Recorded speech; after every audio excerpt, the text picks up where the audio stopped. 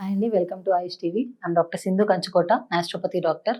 ఈరోజు మనం డయాబెటీస్ గురించి తెలుసుకుందాం. డయాబెటీస్ రాగానే ఫస్ట్ అందరూ చేసే పని టీ మానేయడం, షుగర్స్ మానేయడం, డైట్ స్టార్ట్ చేయడం, ఎక్సర్సైజ్ స్టార్ట్ చేయడం. ఇవన్నీ నిజంగా అంత అవసరమా? తెలుసుకుందాం. ఫస్ట్ డయాబెటీస్ అనగానే మన బాడీలో జరిగే చేంజెస్ ఏంటి? మన బాడీలో ప్యాంక్రియాస్ అని ఒక పార్ట్ ఉంటుంది. అందులో నుంచి వచ్చే ఇన్సులినే అన్నిటికీ కారణం. మనం డయాబెటీస్ రావాలన్నా, బ్లడ్ షుగర్ ఎక్కువ అవ్వాలన్నా, కంట్రోల్‌గా లేకపోవడం, ఇవన్నిటికి కారణం ఆ ఇన్సులినే.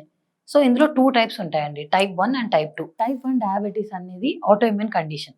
అంటే మన ఇమ్యూన్ సిస్టమ్ మన ప్యాంక్రియాటిక్ సెల్స్‌ని డ్యామేజ్ చేసి ఇన్సులిన్ రాకుండా చేస్తుంది. సో, వాళ్ళు లైఫ్ టైమ్ ఇన్సులిన్ తీసుకోవాల్సిందే. టైప్ 2 డయాబెటీస్ అంటే అందులో 2 రకాలు ఉంటాయండి. ఒకటి insulin resistance, 2 pancreatic cell exhaustion.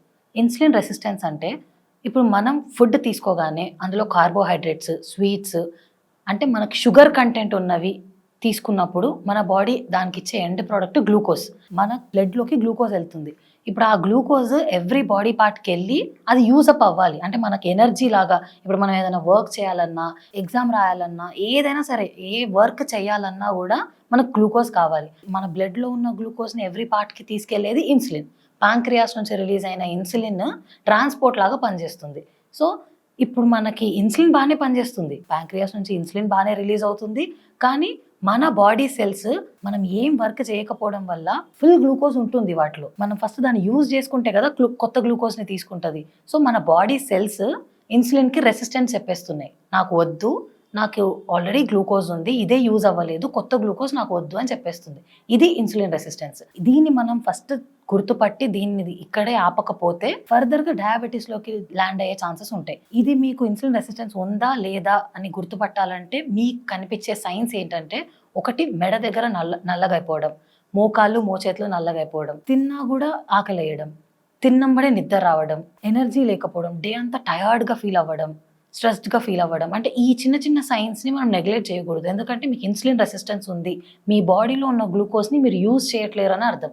Insulin ఇది మీరు దాన్ని నెగ్లెక్ట్ చేశారంటే ఫర్దర్‌గా మీ బాడీలో గ్లూకోజ్‌ని ఫుల్‌గా ఉంటుంది.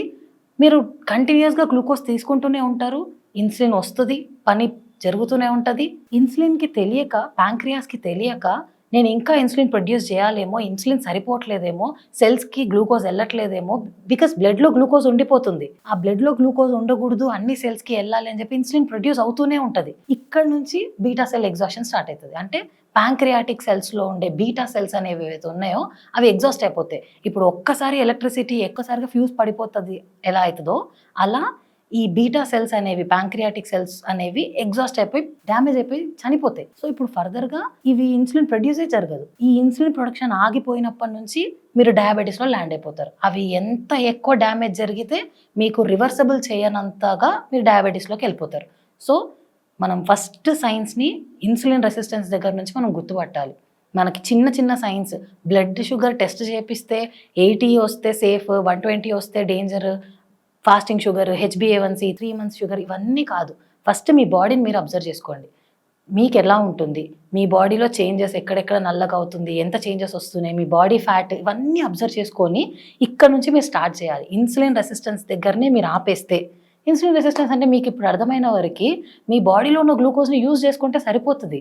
మళ్ళీ కొత్త గ్లూకోజ్ తీసుకున్నప్పుడు ఇన్సులిన్ వచ్చి ఫిల్ చేసేస్తది. రీఫిల్ అయిపోతూ ఉంటది. ఆ ఒక్క యాక్టివిటీ మనం ఆ గ్లూకోజ్‌ని యూజ్ చేసుకుంటే సరిపోతది. సో, దానికి చేయాల్సింది యాక్టివిటీ.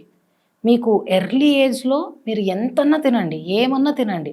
దానికి తగ్గట్టుగా యాక్టివిటీ చేయండి. అండ్ ఇంకోటి మన ప్యాంక్రియాస్ ఇనాక్టివ్‌గా ఉంటే దాన్ని యాక్టివ్‌గా చేయాలి. దానికి టాప్ 3 ఆసనాస్ ఉంటాయండి.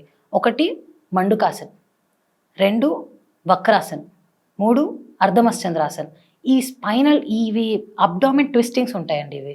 సో, ఈ ట్విస్ట్ చేయడం వల్ల మనకి ప్యాంక్రియాస్ ట్విస్ట్ అయ్యి ఒకవేళ ఏదైనా ఇనాక్టివ్‌గా ఉన్నా, అక్కడ ఏదైనా ప్రాబ్లమ్ ఉన్నా అంటే మీరు యాక్టివిటీ చేస్తూ, ఫుడ్ మంచిగా తీసుకుంటూ, స్ట్రెస్ తీసుకోకుండా అన్నీ ప్రాపర్‌గా ఉన్నా గూడా ఒక చిన్న పుషప్ లాగా అనుకోండి. ప్యాంక్రియాస్‌కి ఒక పుషప్ లాగా. సో, మీరు ఈ 3 ఆసనాస్ చేయడం వల్ల మీకు ఆ ప్యాంక్రియాస్ యాక్టివిటీ ఇంకొంచెం పెరుగుతుంది. ఇన్సులిన్ మంచిగొస్తుంది. మిగతా ప్రాపర్‌గా జరుగుతాయి.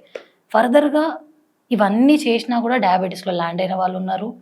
ఎందుకొస్తుంది, ఎలా వస్తుందో తెలియకుండా ఉన్న వాళ్ళున్నారు. డైట్, ఎక్సర్సైజ్ ప్రాపర్‌గా చేస్తూ, టీ, కాఫీ, స్వీట్స్ అన్నీ బంద్ చేస్తూ, అన్నీ మేనేజ్ చేస్తున్నా కూడా డయాబెటిస్‌లో వచ్చిన వాళ్ళున్నారు. వాళ్ళకి ప్రాపర్ డైట్ స్ట్రెస్ మేనేజ్మెంట్, ఇంకా ఏం చేస్తే సెట్ అవుతుంది అని తర్వాత వీడియోలో తెలుసుకుందాం. Thank you.